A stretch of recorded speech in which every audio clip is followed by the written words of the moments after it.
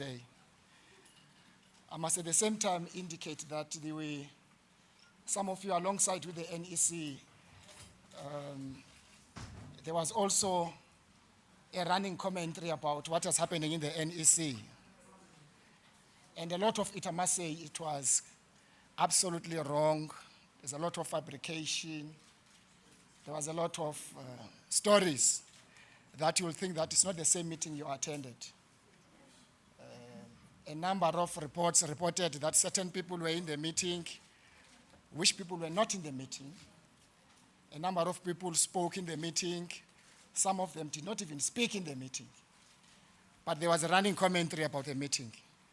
I just thought before I invite the Secretary General to now give officially the outcome of what transpired, of what went down at St. George's, I must make those remarks. I make those remarks because at some point I shall invite you for questions, and I hope when we ask questions, we will not seek to confirm whether our sources were correct when we ask questions. But we will guide when it comes to that. The Secretary General, Samson Kwete Mantashe, on behalf of the National Executive Committee, please brief the nation on the outcomes of the NEC. Thank you, Comrade Zizi Kodwa, Comrade Jesse Duarte, Comrade Njabulo Nzuza. Hey, that is the Deputy Secretary General of the ANC and the Secretary General of the ANC Youth League, with Zizi Kodwa as the spokesperson of the ANC. The NEC this weekend was a normal NEC meeting. It was not special. Our last NEC meeting of the year. You'll recall that this NEC was scheduled for 3 days, Friday, Saturday, and Sunday. We took away Friday to engage the veterans of the NEC. And when we're busy with the business of the NEC, it became clear that we needed an additional day. We extended the NEC to Monday. So it was scheduled for 3 days, cut to 2 days, ended up being 3 days.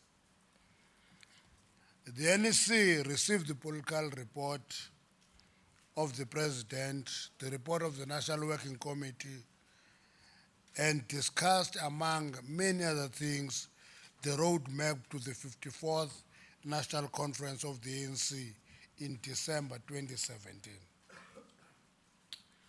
The NEC resolved to continue with and intensify its program of engagement with various sectors of society and structures of the ANC. To this end, the NEC welcomed the report of meetings held by the ANC with business, faith-based organizations, veteran and stalwarts of the movement. In this engagement, we have encountered many different views, but the meetings with the churches and the veterans in particular, without exception, have advised us to work for the unity and cohesion of the movement as a critical element of our program of renewal, and have made a commitment to contribute towards finding solutions. Both the churches and the veterans made that commitment. And the encouragement they have given to us is that in whatever you do, invest sufficient time in unifying the African National Congress. In this engagement, the NEC further committed itself to accelerate the work in the progress to resolve problems created by the manipulation of candidate selection in the list for the local government. We further resolved to invest even more in unifying the ANC, driving a program that is underpinned by political education. You will recall that 2 weeks ago, we started that program where we are engaging structures of the ANC and sectors of society. We have been encouraged by the growing interest of our branches to make greater use of ANC-based document through the eye of the needle, strategy and tactics in particular. These assist to politically and ideologically anger members of the ANC. And our view is that the stability of the ANC can only be assured with improved ideological clarity of the membership. If the membership has no ideological clarity, it will chase headlines. But if there is ideological clarity, that membership will all the time defend the movement. The NEC cautioned itself and the NEC at large that the biggest danger to the unity of the ANC is engaging each other through the lens of the upcoming 54th National Conference, where everyone is suspicious of one another. Now, everything you do, you are positioning yourself for the 54th National Conference, you do something else, you are plotting against the others because you want to position yourself for the 54th National Conference. And we're reminded of the words of the great Cuban revolutionary, Jose Marti, when he said, I'm quoting him, once the candidates are nominated, pails of mud are dumped upon their heads. Lies and exaggerations are knowingly spread. Bellies and backs are polished. All manner of infamy is considered legitimate. All kinds of blows are good as long as they stand the enemy. Whoever invests an effective villainous act struts about like a peacock. Even prominent men believe themselves excused from more trivial duties of honor. This quotation for Samarti is talking to what is in the Times on Independent Online, which seeks to put teams. Mantashe is a commander of this grouping and this grouping. The reality of the matter is that that line by Independent, our neighbor here, can only be informed by this behavior, where lies and exaggerations are knowingly spread. Now, it is critical for unity of our movement that we disabuse ourselves of this posture. The meeting held with veterans on Monday, 21st November, and continued on Friday, the 25th November, affirmed that we cannot be stronger unless we work together for unity and cohesion of the ANC. We resolved that together we would work for effective solutions to the challenges confronting the ANC and society. To this end, the veterans committed themselves to work closely with structures of the movement and availed themselves to participate in the programs of the ANC. We further agreed that the veterans would form part of the process that will culminate in the Veterans League's conference, and working with MKMVA will convene an assembly of ex-combatants. And these initiatives are all part of the framework of broad societal consultation and intended to consolidate the unity and cohesion of our movement. We committed to working together with all styles of our movement who wish to use their capacity and experience gained over many years and different epochs of the ANC and the struggle to continue positively to the life, to contribute positively to the life of the organization. On the call for a consultative conference, the NEC resolved to extend by one day the National Policy Conference in June, July. It is scheduled 30th June to 5th July. We'll extend it by a day. The first 2 days of the conference will be utilized to assess the state of the organization as envisaged in the Veterans Call for a Consultative Conference.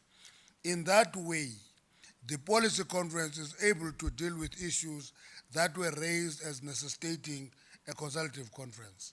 So we're not intending to suppress the desire for a broad forum to discuss issues that affect the life of the organization. We looked into time. We're now in December, that month. We'll be in January, immediately getting to January 8th, half that. And basically, nothing can be done in the short space of time. But to accommodate the desire to engage in the analysis of the life of the organization, we'll give 2 days of the policy conference to that task. The NEC further adopted the NEC calendar for 2017. Accordingly, 105th anniversary celebration will be held on Sunday, the 8th January 2017 in Gauteng. All members of the NEC are expected to arrive in Gauteng not later than the 3rd of January, so that they can take part in the build-up programs towards January 8th. On the 4th of January 2017, there will be a special meeting of the NEC to consider and adopt the NEC statement for the 105th anniversary celebrations of the ANC. The roadmap to the National Policy Conference to be held on 30th June to the 5th July, and the 51st National Conference, which will be on the 16th to the 20th of December 2017, was also adopted.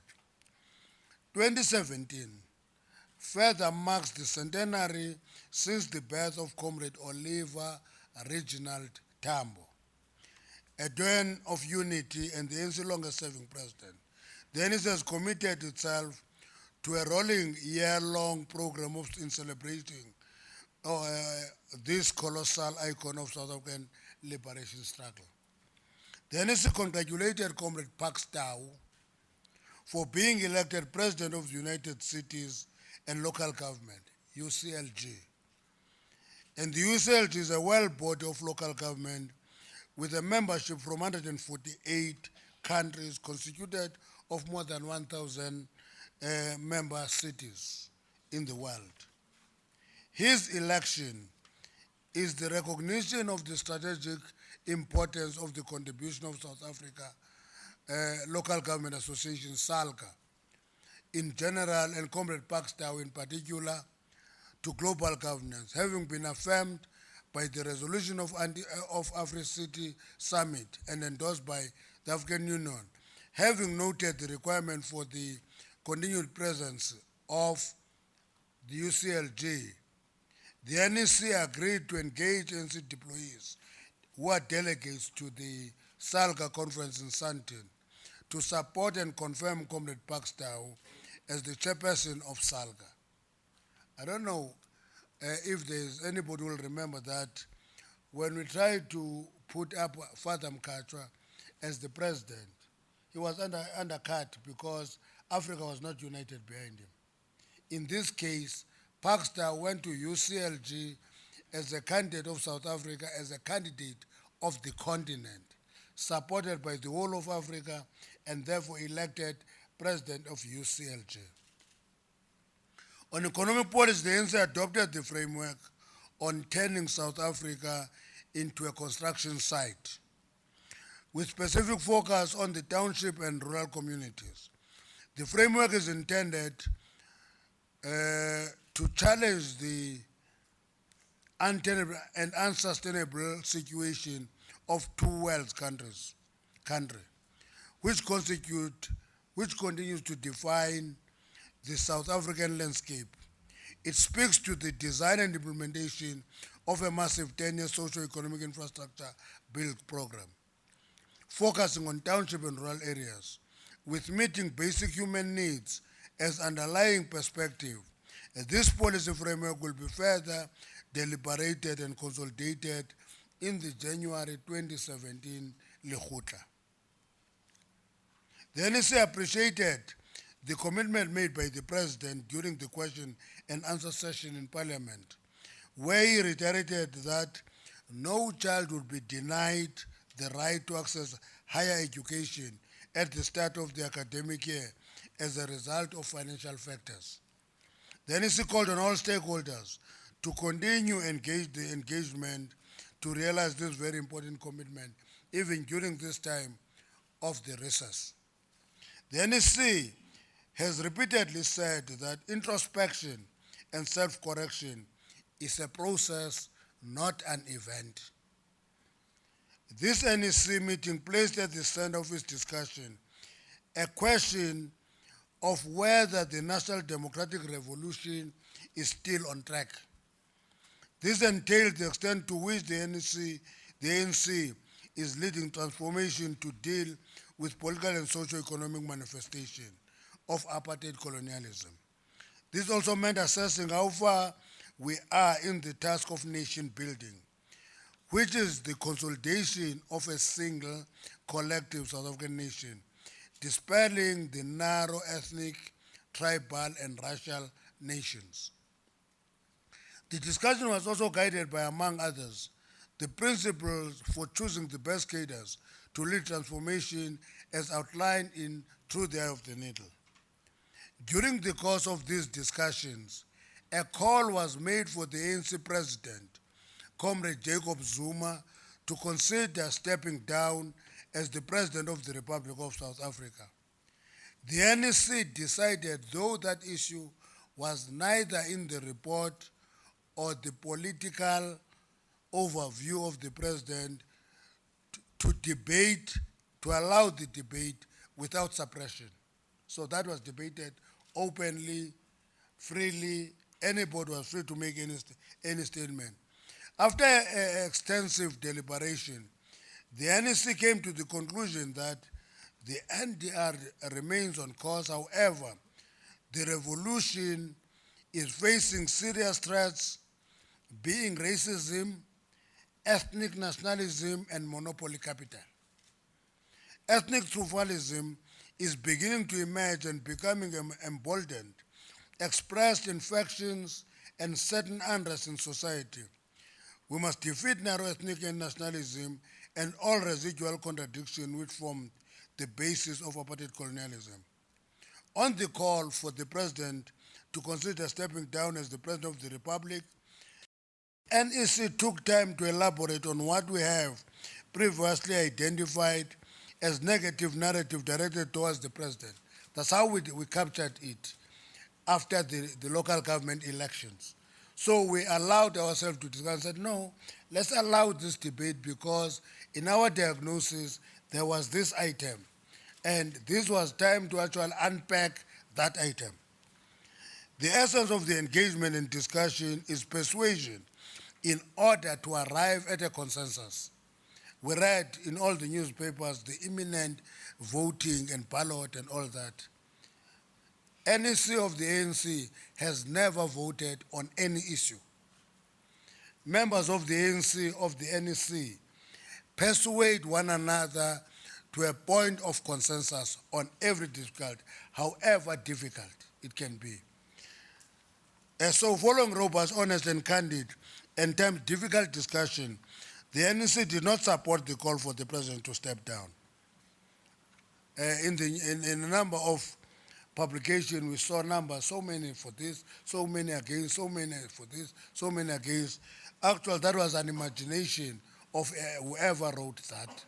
The reality of the matter is that this issue was debated openly, robustly, and as we said, sometimes very difficult for the members themselves. The NEC resolved it was more urgent to direct our energies as the ANC in its entirety to working towards unity of the movement. All members of the NEC had the opportunity to raise in the meeting the issues they feel are hurting the movement and the country. All these are very important and are being given due consideration by the NEC. In other words, comrades who raised issues in the debate, we're not going to push those issues under the carpet. will deal with them. The National Executive Committee, on behalf of the ANC, sent its sincere condolences to the Cuban people on the passing of the former president leader of the Cuban Revolution, Commandant Fidel Castro Warros. We express our immense gratitude for their selflessness and sacrifices during our liberation struggle, as well as their continuing support in the reconstruction and development of our country. After holding a moment of silence for Commandant Fidel Castro, the NEC adopted a special resolution in his honor, which is attached. It will be attached to the statement that is circulated. And I must also confirm that we had to agree that the president of the ANC and the Republic go to the funeral of Fidel Castro in Cuba. He's in Cuba now. Thank you very much.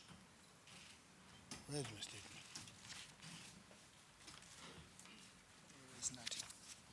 Thank you very much, SG. Shall we take questions? I shall request that I can see the number of new faces. If we can just introduce ourselves. Nati. I will start in front.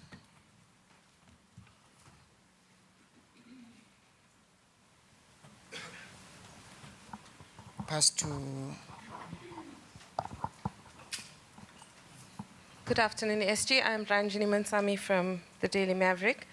On the issue of the consultative conference, by extending the policy conference to accommodate the consultative conference, are you saying that the same people who attend the policy conference would then attend the consultative conference? In other words, I'm asking, is that based on the credentials of attendance at the policy conference, you are then allowed to attend the consultative conference? I'm asking this because you yourself, SG, have identified the problems with structures of the ANC and things like fake members. So I would imagine that those kinds of issues would be on the agenda of the consultative conference. And aren't you essentially deciding that the people who are part of the problem are actually then tasked with discussing the problem? Secondly, on the motion that was tabled for the president to step down, I'd like to ask, what is the position of the people who raised the motion and supported the motion? Are they still secure in their positions in government? Has there been any assurance given about their future status? And secondly, what is the process ahead to deal with the concerns raised about the president and his conduct and perceptions about his leadership? Thanks very much. Thanks, Ranjini. Was that the last question? Juanita?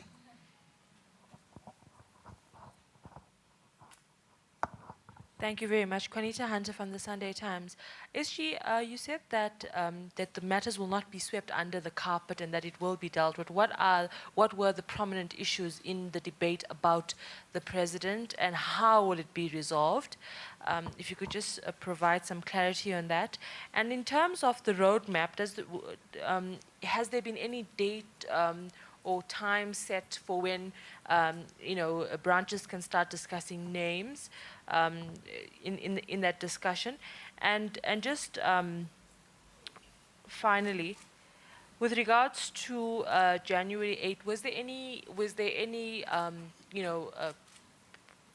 opinion that it shouldn't be in Gauteng because of a perceived anti-president sentiment in the province? Thank you very much. Clement? Taylor from Eyewitness News. SG, you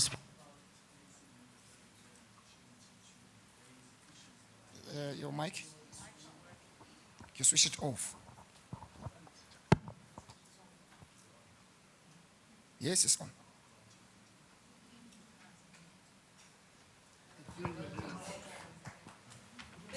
The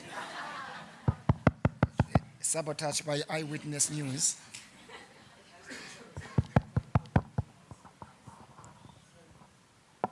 Nati.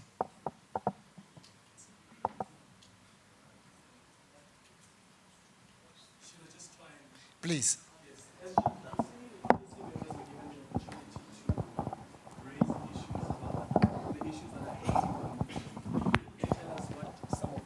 issues have been? What are the issues that the NEC members have raised that, in their view, are hurting the movement? On Saturday, you said NEC members have been given the state capture report. I just want to find out if this was discussed in the NEC meeting. But also, it seems some of the parties, leagues, and alliance partners are making pronouncements on the succession debate. We've seen the ANC Youth League, the ANC Women's League, and recently COSATU, the alliance partner. And previously you've said people must not do so until the succession debate has been officially opened. But it seems people are throwing the book out of the window. I just want to hear from you, has the succession debate been officially opened? And if not, are you going to reprimand some of the alliance partners and leagues for making pronouncements on the succession debate? Thanks. Thanks, Clement. Was that the last question? Okay. Nati, to your left.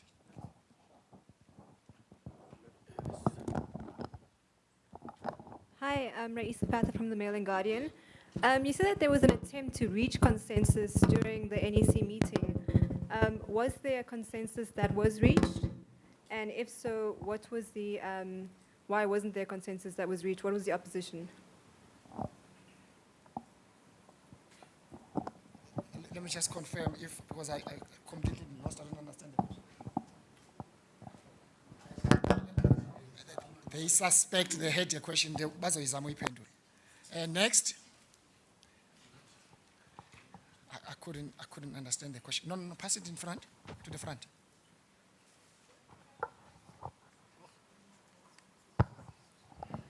Thank you, Zizi. Peter de Tooy from the Huffington Post. Mr. Montashe, when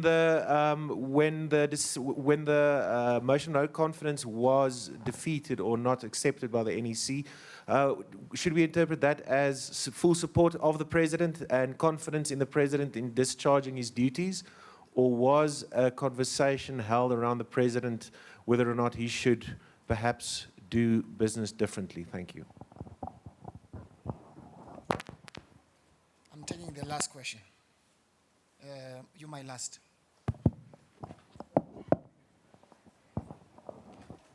Don't be surprised when I say Okay. they've come to an end. SG, my name is Muntlingan from SABC. You know, there are reports that some cabinet ministers, senior cabinet ministers, are the ones who raised this, motion of no confidence against the president. Are we seeing the ANC divided, or even the government divided to the core? Thank you.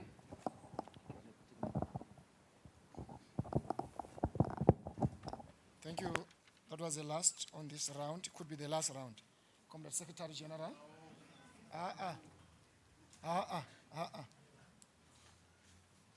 Mkokeli. How's it, Zalon? No, you have my number. You can call me.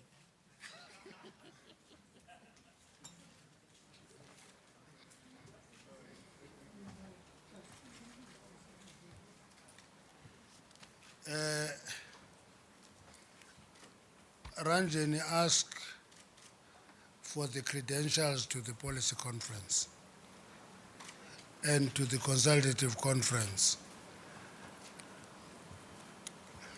That's what she's asking for. And makes a determination that a consultative conference should exclude ANC structures because they have problems. Okay. I'm giving you my interpretation of what you say. That we have acknowledged problems in our structures and branches. Therefore, if they are the same who go to the consultative conference, we say those who are a problem must resolve their own problem. We've come across that conception in acting with a number of formations. One day we sat here with the DST talking to a group of young people called Occupy Luthuli House. They came with that concept that no, the consultative conference should be civil society discussing the ANC, and the ANC in their eyes will be dissolved at that point in time. It's a strange suggestion, Ranjan. You know, we had a number of consultative conferences, particularly in exile. You can take Morogoro first, you can take Kabwe. all the problems, and including the Krizan Memorandum, was handed over to the leadership that was being criticized. And when you do that, when you deal with the leadership that is being criticized, you are doing two things. One, you are accepting that there is an organization. Because this concept of a consultative conference about the ANC without the ANC is actually strange, because it is an assumption that there is no organization. If there are going to be solutions to problems of the ANC, they will be found by the structures of the ANC. Everybody else will be invited by the structures of the ANC. Whether it's a consultative conference or a policy conference or a national conference, at the core of running ANC structures, that will be done by the leadership of the African National Congress. And in the ANC, there is a rule which is constitutional that forces us to ensure that actually in conferences, it is emphasized that 90% at least of delegates should be from the branches of the ANC. Because there is no problem of the ANC that is in Luthuli House. Here we're shoving papers here. We're dealing with papers. Branches of the ANC are in the regions and provinces. That is where problems are. So if we are going to a consultative conference that is looking into the health of the organization, those branches will be there. And other people, veterans and many other people, will be invited to a consultative conference of the ANC. That is the first question. The second question is, where the security of people? I've heard two of you talking about ministers, senior ministers, strange terms. We don't have those people in the NEC of the ANC. We have members of the NEC in the NEC meeting of the ANC. Whether you are a teacher or working in a garden, or you are a minister, or you are a cleaner somewhere, or you are a clerk somewhere, once you get into that meeting called the NEC meeting, you are all members of the National Executive Committee of the ANC, as elected by the National Conference of the ANC, in the 53rd National Conference in Mangaung. So we don't have this thing called ministers who talks in the NEC as ministers. I read this description, that Minister of Tourism, that, Minister of that, Minister of that, and I was saying, where are these ministers? Who are these ministers? Because when they get into the NEC meeting of the ANC, they are NEC members, they are not ministers. Deployment is a different matter. I'm sure if they made the call in a cabinet meeting, that question will be relevant. But they come to the NEC of the ANC as members, not as ministers. And they raise issues. It is debated by ministers and non-ministers. Everybody talks on this matter. Almost everybody in that NEC spoke on this matter, I can tell you that. So to limit it to ministers is actually bordering on mischief. Really, it's bordering on mischief, because you are creating a special status and a special category in the NEC of the ANC. Because in essence, you are saying, we who are not in government, who are here with Zizi, we are less members of the NEC because we happen not to be ministers. There's no such a category there. We're all members of the National Executive Committee of the ANC. And those members were given a right, allowed to continue to discuss an issue raised in that meeting. Then once you take it over, you make it your issue. As journalists, you give it different shades and structures. And when you do that, we do our own analysis as well. Here, this is mischief, this is divisive, this is trying to create a wedge, And we do that and we look at it and we dismiss some of your things. Precisely because you create things that do not exist. Special members of the NEC called cabinet ministers. We don't have them. And our view is that nobody will be treated in a different way because he happens or she raised an issue in the NEC meeting. When he arrives at work, say in cabinet, then there's the first question, what did you say in the NEC? Why did you say this in the NEC? It cannot work that way. It will not be allowed to happen by the NEC, because it will mean in future the NEC of the NEC must be deprived of the views of its own members who happen to be deployed as cabinet ministers. They will only speak the day they are not in the cabinet. There can be no such a situation. So leave the threat, leave the assurances. There can be no assurances because that question should not arise. And I can tell you that it will not arise. Issues will not be swept under the carpet. Anything raised in the NEC of the NC is put. You see, the problem when we deal with you, sometimes we give you this document, you forget them as you finish leaving the media briefing. After the NEC, after the elections, we did an analysis of the NC. We came up with 15 items on a program of the NC of things that we're going to do. Those issues are informing our program when we go to the branches, when we meet sectors of society and so forth. And that constitute items that we've identified. And I'm saying one of the items on the 15 was what we called there negative narrative directed at the president. That item was discussed in detail as one of the many items this weekend.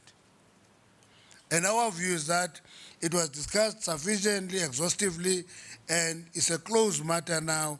What we should be doing is whatever issues were raised, because in discussing that issue, people will try to use Gandla for the decline of elections in Gauteng, or the state of capture. You know, we try to analyze the heading, state of capture.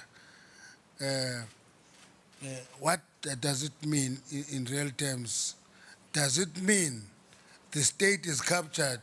All we're dealing with in the report is the extent of that capture and all those things. So all those issues are discussed. Now, somebody asked if that report was discussed, it was circulated for every NEC member to have it, and we all came to a conclusion that, listen, here is a report, it's inconclusive, it is calling for a judicial commission of inquiry, we agree. And that's it. So that report is making no, what are they called? Remedial actions. Remedial action is that there must be a commission of inquiry appointed, we agree. And only after that remedial action has been implemented will it be clear what are the issues that need attention. All the others are allegations. Minister X did this, Banban did this, Banban did this, but the report itself says there must be a judicial commission of inquiry to further investigate the issues. And once you say that, it means the report of the program is inconclusive. That's our, and we say, let's not jump the gun and try to create remedial actions that do not exist. Let's allow that. And number two, we accepted the right of the individual implicated there to take the report on review if they want to. It's their right. The ANC is not a litigant in that report. It's not featuring anywhere. There's no ANC there. There are individuals who are implicated there. Those individuals must go and review the report if they are not happy. Switching the report from Gauteng, was there any idea of sort? Because, and then there was a reason given, because Gauteng is seen to be not supporting the president. You know? I'm telling you, it's, you know, yeah? The views. When a person is asking a question, but this person has views already, that Gauteng is not supportive of the president, therefore this role must be switched. In the last NEC meeting, we announced, Kaspumakala meeting, Uguti, in terms of rotating January 8 celebrations, this time it is going to Gauteng. Okay. We said that, not now. We said that in the last NEC meeting in September, that the January 8th will be in Gauteng. This NEC reaffirms that decision, and it says, we'll all be back here not later than the 3rd, to be part of the build-up program. Now, I don't understand this switching it away on the basis of suspicion that Gauteng does not. There could be only one reason that we could take that rally from Gauteng, is if Gauteng is not ready. It will not be on the question of differences and factional reasons. It will not be. Now, pronouncement on succession by Alliance and the leagues. You know, we continue saying that in the ANC we work in a particular way. At this phase, we must continue discussing the principles. And through the eye of the needle has been elevated to guide us in that debate. Now, Alliance Partners League making pronouncements. Now, you see, Zizi in his way dismissed the pronouncement of COSATU and he said, but it is ANC structures that nominate. Yeah? And the right to nominate is not transferable. That's how he said. You see, now, you see, when people make the noise, I want to read you this quotation again. Because when people are in a hurry to contest elections, it's because they want to start a process where pails of mud are dumped upon the heads of individuals. And lies and exaggerating will be knowingly spread. Because once you start saying one so-and-so, then you open up a field of criticism in talk shows. We support candidate X and people begin to phone in. He's like this, he's a piece of rubbish, he's, can't be relied on, it's this. You are opening up persons to criticism and abuse. And that's what is happening.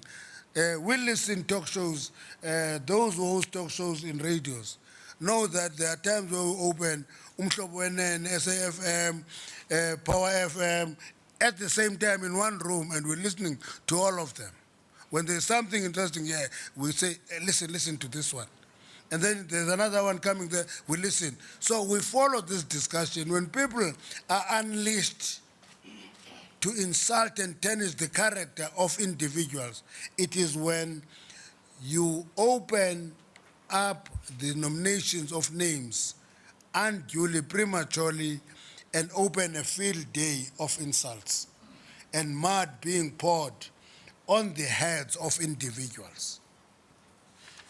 So that issue of people who are making pronouncements, I'm not going to give Jabula a chance to answer whether he has made any nomination or not. All I'm saying is that whether it is a league, whether it is an ally who does that, they know that they're actually messing an ANC process by doing so. What was the consensus? I think we've explained to you the outcome of the meeting. That outcome of the meeting, which is trying to nudge all of us to be working for unity. I wanted to take the quotation that was there of somebody elderly in the NEC who was basically counseling us. He was shaking his finger at us and tell us that, listen, comrades, we are not a congregation that believes that the best priest is one who have just left and the one that is coming. We are a revolutionary movement. That was how far we went in terms of nudging each other to appreciate that working for division of the ANC will not give us result. Working for the unit of the ANC will give us a better ANC. And that is what we all agreed on. And that's why, for example, somebody talk of a vote of no confidence. There was no such a thing in that meeting. I don't know which meeting was that. There was no vote of no confidence in that meeting. The last time I heard of a vote of no confidence was in Parliament, and it was raised by the opposition parties. And one of the things that we're very sensitive to is to allow our forces to be commanded by generals of the enemy. It's the biggest risk where we get excited, all of a sudden we drive the program of the enemy ourselves, unwittingly open our forces to be commanded by generals of the enemy forces. That we're reminding each other all the time. All the time. We must never allow that. We must deal with our issues openly, candidly, rough, difficult sometimes, but never surrender our forces to the generals of the enemy. Now, so there was no vote of no confidence. There was a call for the president to step down. Now, that call ultimately was not acceded to after persuasion among comrades in a meeting.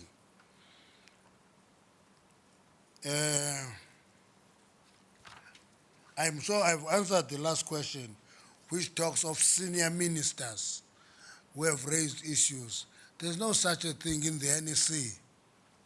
And I doubt if there is something called senior ministers, even in the cabinet. There will be cabinet ministers. I don't know at what point, what is considered to regard a minister, a senior minister. Is it age? Is it length of service? Is it the portfolio? I don't understand the term senior ministers. But here when you refer to that in an NEC meeting of the ANC. Mkokeli?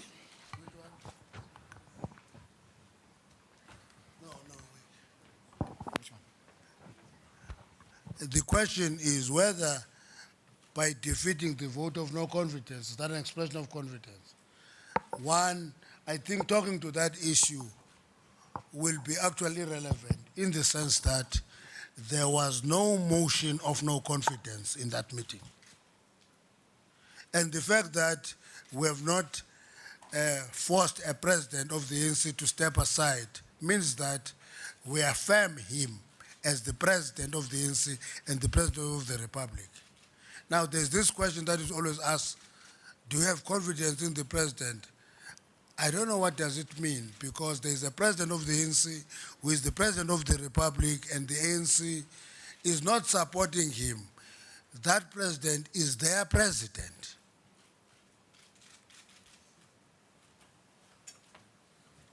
Mkokeli? Thank you so much.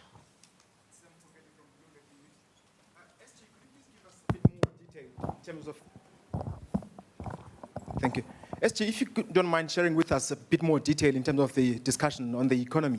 in the context of the ratings agencies that have made pronouncements already, and you've got S&P due before the end of this week. And also in the context of the nuclear plan, the RIP released 2 weeks ago. Did the NEC discuss this? I'm sure you made time for it because it's quite an important topic. Also, in terms of the vote, SG, you say the NEC did not vote because it has never voted ever. Did anyone raise the need for a ballot? Was that discussed? Thank you so much. Mkokeli from Bloomberg. I understand the line of question. Yes, I can see the line of question is exactly what I forewarned about, is to confirm the narrative over the weekend. Where's the mic? Yes. Thank you very much. My name is Simeo Pongwan, TV Mozambique correspondent in South Africa.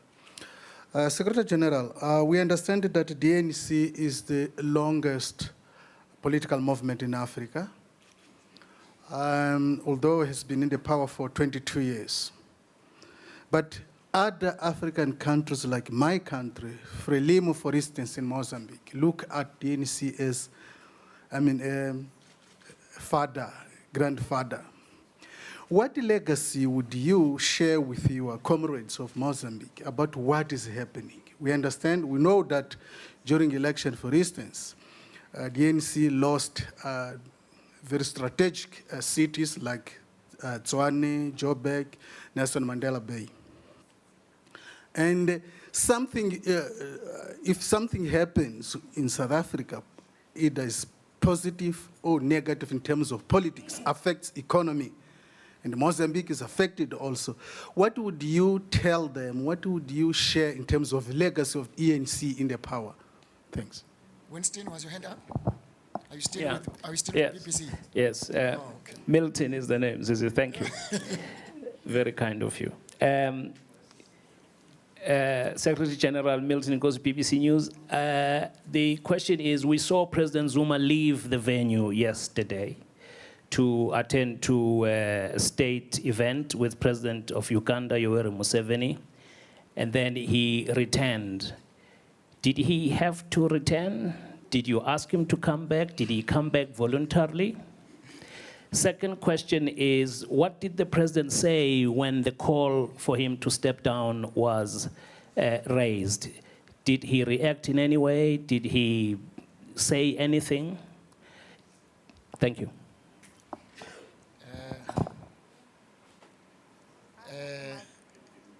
Okay, I will now use my discretion. I will tell you, I can see when the press is about to degenerate. Before we reach that point, we'll quickly identify a few hands before we ask other questions.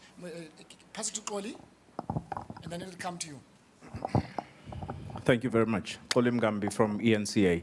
SG, please could you tell us very clearly, what were the reasons forwarded by those who wanted the president to step down? And what were the reasons forwarded for him to remain? The second question, does the ANC, NEC agree with the approach of cabinet in relation to the decision on Gupta banks? Or is it gravitating towards the view of the president, especially recently in parliament? I'm here. I'm here, SG. The second question. All right, I'll repeat the second question. The question is, on the issue of a possible judicial commission of inquiry that was proposed by the Minister of Minerals, does the ANC agree with the approach taken by Cabinet that it distances itself from such a call for a judicial review on the reasoning of the banks deciding to not work with the Guptas? Then finally, SG, does the ANC carry the same view as that of the president on the state capture report? I've noted that you're saying that those who want to go and take it on legal review, they open to do that. But does the ANC share the same view with the president?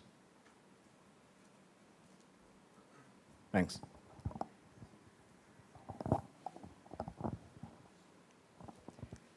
My name is Kelda Normal from ANN7. SG, I just wanted to ask you, we've seen a pattern of opposition against the president by some leaders in the last few NEC meeting, and that same issue comes back again in the next NEC meeting as well, despite consensus to reject the demand for President Outstand to work for the party's unity.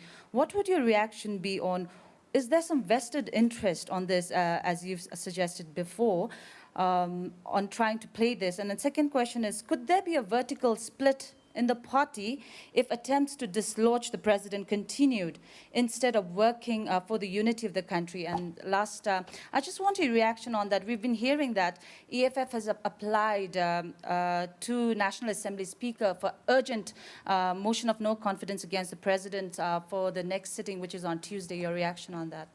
Thank you. Can you just pass everybody something different? Right in the extreme left. Maybe, yeah.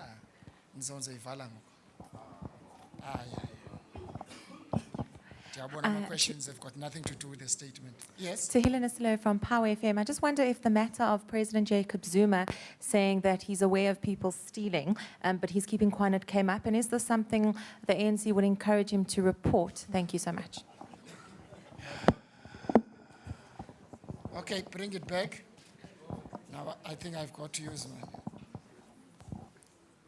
Take it, last one, to Melon Guardian at the back. Yeah, no. You'll be last. Thank you, Zizi. It's Govan Whittles from the Mail and Guardian. I just wanted to find out from the Secretary General whether he anticipates that this weekend's NEC meeting will have any impact on the relationship between cabinet ministers, and would he be surprised if he saw any resignations from within the cabinet? And then secondly, SG, if you didn't take a vote, how do you know that there was a consensus?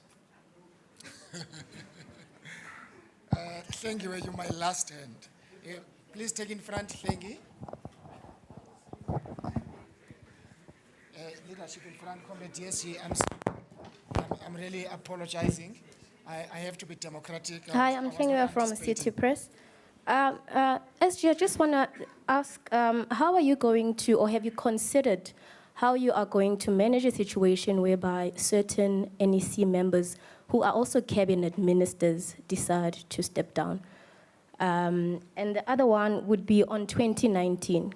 Given the fact that you essentially saying that the president, you still have the confidence in the president, what do you expect the public to do in 2019? Because essentially, is this you now saying that you don't need the votes? Because that's what is being said will be happening.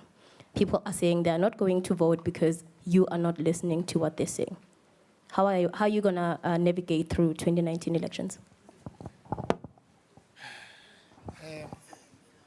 DSC, do you want to take a bite? Assist? Yeah. Please, no, you allowed me to pass. You will talk after this.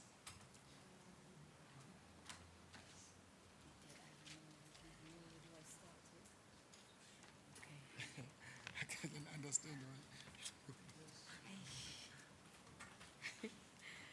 Okay, thank you very much. Good afternoon.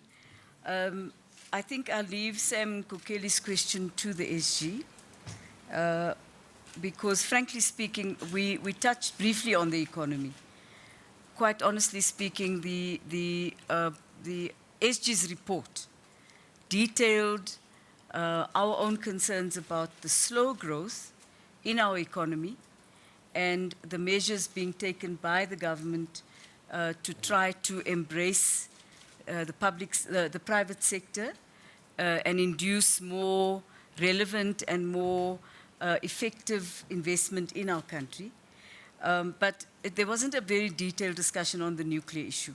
There wasn't any discussion at all. Did anyone raise the need for a ballot? It did arise, and we immediately explained that in the ANC we don't vote. And as the SG said, what the tradition is of the ANC is to allow everyone to speak. And if I might just marry two questions together, the way in which one would determine a consensus at the end is when you agree that a particular idea did not have sufficient support and there's no contradiction to that. And nobody raises their hands and says, yes, but I don't agree with you, then you acknowledge and accept that there is general consensus on the view and people have been able to persuade each other in the meeting, and that's exactly what happened. On the issue of how do we discuss or tell Frelimo what our legacy is, let me first of all also say that you've been through your own difficulties, and I remember when Frelimo lost in the ballot some of the northern areas, you also had to look very seriously at yourself and introspect as a country what had gone wrong. And this is exactly what we are doing. We're saying that the ANC needs to look very carefully at the pace of our development, the pace of our delivery of services within the development context, and also some of the challenges that people have raised with us over 15 points that we identified immediately after the 3rd of August election period. One of those was that although people were happy with basic service delivery, they were also now questioning the quality of that service delivery. Is it sufficient? Yes, perhaps, but is it of the best quality? In addition to that, the most urgent issue, top of mind in our country, is jobs. The creation of work for the people, and particularly young graduates, and also the fact that we have to embrace the skills revolution that the AU has taken on board, so that South Africa does move a little bit faster to skill its own people. And in that way, more jobs would become available. Now, in terms of our legacy, we think that we've done quite a great deal to give comfort and support to the people of this country. But what we haven't got in our hands, we've got political liberation, but economic emancipation eludes us somewhat. And that is our biggest challenge, and we all recognize that, and we all believe that that must be the way we move forward very rapidly. Milton, the President is at liberty to leave a venue whenever he wishes. Any of us are. If we have other meetings, we may leave the venue and go and attend to such meetings and come back voluntarily. We did anticipate and wish the President to come back because the discussions were still ongoing. And so, yes, he did come back. And of course, the President closes every single NEC meeting. He makes closing remarks. So he did say a number of things to us, in particular, that he believed that this discussion, although it may have looked to many people, and it says so, as a very robust discussion, some people described it in many different ways, was actually a very good discussion, because it enabled us to look at a number of issues that may have been discussed in corridors, put on the table, dealt with, and we are able to move forward and move on. On the ENC ASG, may I leave all those questions to you, if you don't mind? The SG's quote on vested interests by Jose Marti describes the fact that in any contest, there are vested interests. And in any contestation for power, there will always be vested interests. Our concern is how best we manage this so that we do not create divisions that are long lingering post a particular period. And that is what we really are interested in. EFF applied for an urgent motion for a vote of no confidence, yet again. This would be the fourth time this year. We're not surprised that our opposition do this all the time. This is the only weapon that they have. They have no program, they have no plan. They only have a way of creating disturbance by destabilizing Parliament itself. Such a vote of no confidence doesn't really worry us at all. Bring it on if the EFF wants to. Let's see what happens. There are no ghosts that we're chasing around. We believe that every enemy of our revolution has a right to do whatever they wish to do to destabilize or try to destabilize the revolution, but we are equally determined for them not to succeed. I'm not aware of what Power FM is talking about, so I can't answer that question. I do apologize. And I'll leave, cabinet resignations. We're not aware of anyone who has said that they're going to resign. There was no such discussion, no such debate. We saw a front page on the Star, Business Day, about some corridor talk. But whether that's true or not, we can't confirm that, except to say that in the formal meeting of the NEC, that did not arise.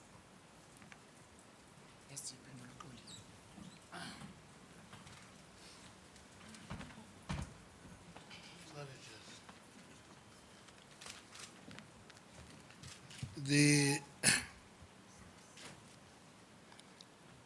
economic debates, I think Comrade Jesse said that we ran through it quickly, but the actual detailed discussion will be in the Lekgotla in January.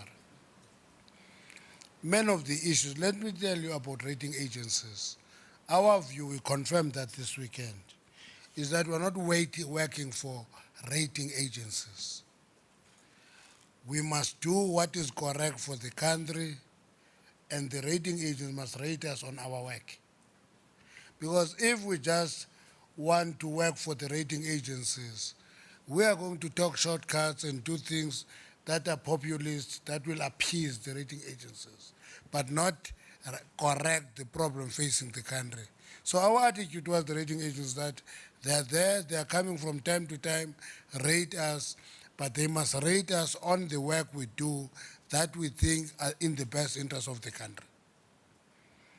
The nuclear plan, I don't know what was,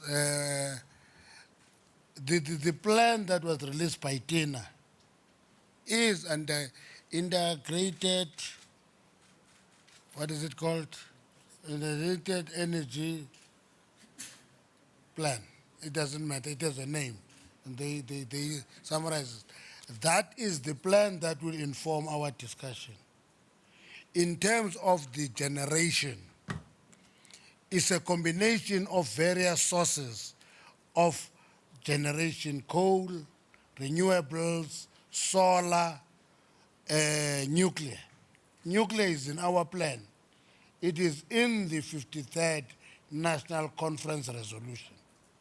So that is what informs our discussion on nuclear. It's not this debate that nuclear, we must fear it because there is corruption around it. We cannot deprive the country of development, but the statement in the SONA is the correct statement, that we must acquire it at a pace and cost that the country can afford. You would use the same statement even if you build coal power stations. You can only build coal power stations at a rate and cost that the country can afford. That remains our position.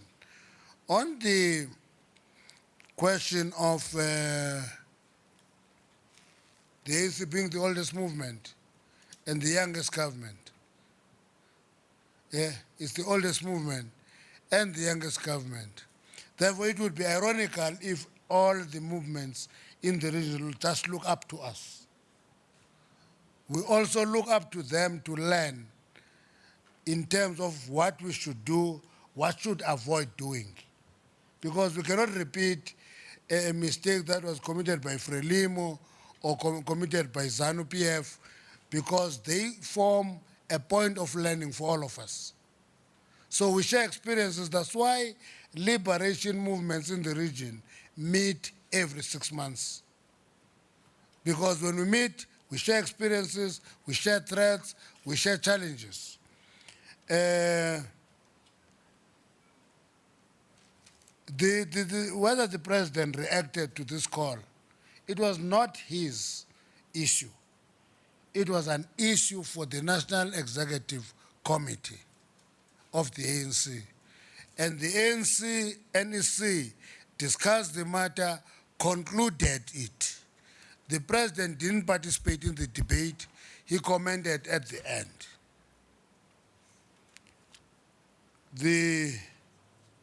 Now, only say we must account here. What were the reasons for this? What were the reasons for rejecting it? What we are sharing with you is that there was a robust debate in the NEC, for and against.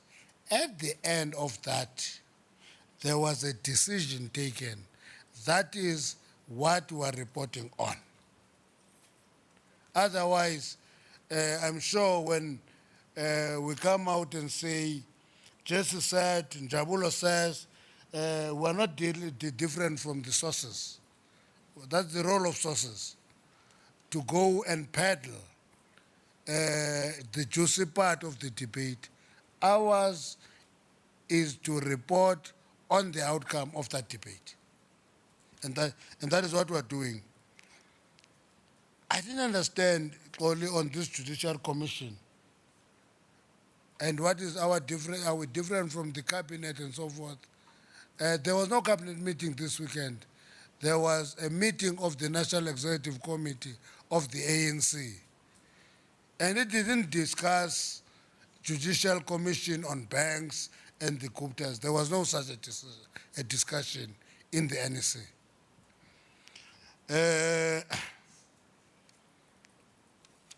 Vertical split of the ANC. I don't understand what a vertical split is. Horizontal, when it is horizontal, how different is it from when it is vertical?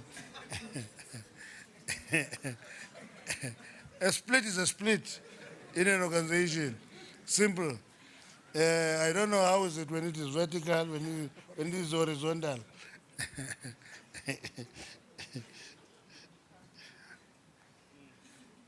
And all I can say is that if you think of that in terms of the vote of no confidence by EFF, our view is that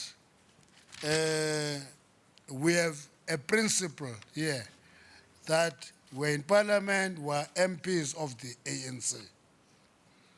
Nobody does as he or she wishes there. That's why there is a caucus. Okay, because the party discuss issues, take decisions, and when we go to Parliament, we execute decisions of the party. Anybody want to be a free agent must go and contest the election as a free agent. You know, Jesse, there was something interesting last time. In the vote of no confidence, General Maimane, if he's a general, yes, who wanted to command our forces, was preaching ANC MPs how they should follow their conscience and vote according to their conscience. 4 days thereafter, he suspends 5 councillors in Cape Town for voting for a different leader in the DA. Do you get my point? It's not they voted for an ANC chair for that sub-council in Kraaifontein. They voted for a DA leader to continue, but a different one was from the one was preferred by the mayor of Cape Town. Those 5 councillors get suspended. So there's this thing of thinking that the ANC is a free-for-all the other parties are parties, and people must do what the party decides. We're a party, people are in the ANC and execute a program of the African National Congress. If you are tired of doing this, please, you better decide you want to be a free agent, we'll release you. And again, I want to confirm with Jesse that no mass resignations that we expect. I don't know if old journalists will remember that in 2008, there was mass resignation of ministers. And we said, listen, we are calling on all of you to remain in your posts.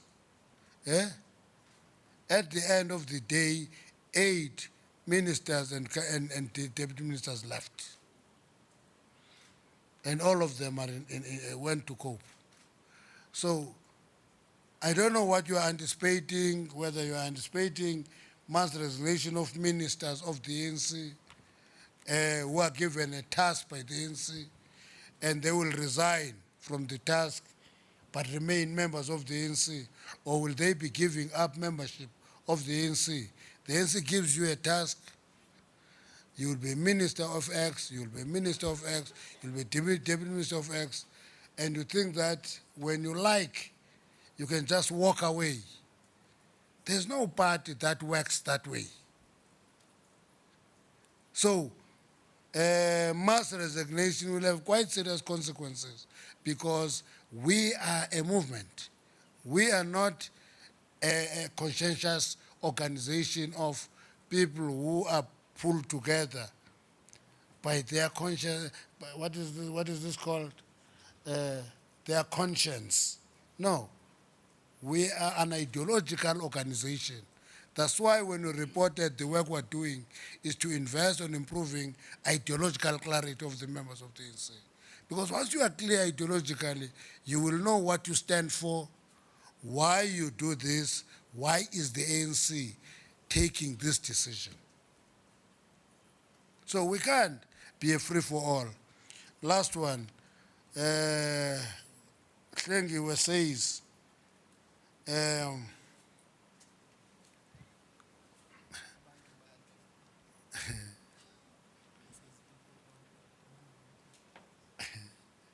Hlengiwe says, what are you going to do in 2019? Because people say they will not vote you because you don't listen to them. I don't know, Hlengiwe. I don't go with you when you conduct your surveys. I conduct my surveys by going to the areas, talk to people, engage them, own up to our mistakes. Do you get my point? Own up to our mistake, explain our decisions. That's the only way I can engage people. But if I sit here and wait for your survey, you tell me that people say will not vote for 2019 because, you know, I read one of your articles. You described the 2016 election as dismal. Now, you see, when you say that, I know that you almost describe us as a minority party. And we're not. We've lost control of major cities. Nobody have taken control of that. All of them are governed by coalitions. We had a massive decline of 8%. It's us who admit that. 8% decline. But when you describe it as dismal, now you are taking it further that because you don't listen, and the listening, in your view, is expulsion of the president of the ANC. And if we don't do that, 2019, people will walk away. We have a conference in 2017. We'll elect a new leader of the ANC. And many of you don't take into account in your analysis that there is an intervening activity and event, that is the National Conference of the ANC in 2017, where there will be a new president who will be the face of the ANC in the 2019 campaign. So I don't want to take it further than that, but if listening is taking a decision, even if our own analysis point to a direction that if we take this decision, we'll split this movement, you see. And therefore, because we fear this threat that if you don't listen, by 2019, we'll not vote for you. We are an organization, we engage, we think, we talk. And now when you throw ideas at us, you're not throwing them at a tabula rasa. That is just a blank slate where you can write anything. We think, we analyze, we engage, we talk to people, we talk to sectors. Others tell us painful truths. We absorb them, and we continue to engage. We also explain our thinking to the people. And we'll continue to do that. That's where we started in our statement, that we'll continue with the program of talking to the structures and the communities and formations in society as the movement. That's what we're going to do. The reason that we are giving 2 days of our policy conference to analyzing the health of the organization is that we want also outside views of the formal structures that will tell us how do they see the health of the organization. That's what we're doing. Thank you very much. Thank you very much, SG and the TSG. That brings to an end the press, ladies and gentlemen. Thank you very much. Those that I see for the last time, like Milton, Merry Christmas. Thank you. Yeah, he's going to London. Thank you.